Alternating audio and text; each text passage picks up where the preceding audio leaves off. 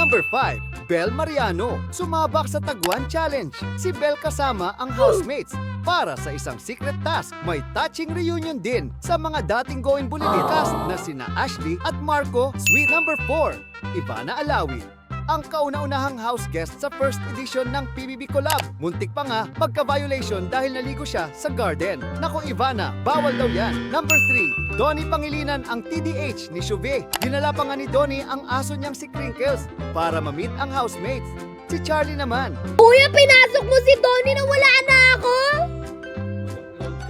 Bro! Number 2, Bini, Joanna, and Stacy. Fangirl moment talaga ang mga housemates nung pumasok ang Bini. Sobrang laugh trip din ng reaction nila at may pa-dance moves pa. Bini Esniryar. At number 1, Esnir, dinalaw ang viral character ni Esnir na si Ma'am Castro, ang PBB House. Nagulat siya na hindi organize ang boys room kaya napagsabihan niya ito. Terror ka talaga, Ma'am Castro. Sino sa kanila ang favorite house guest mo?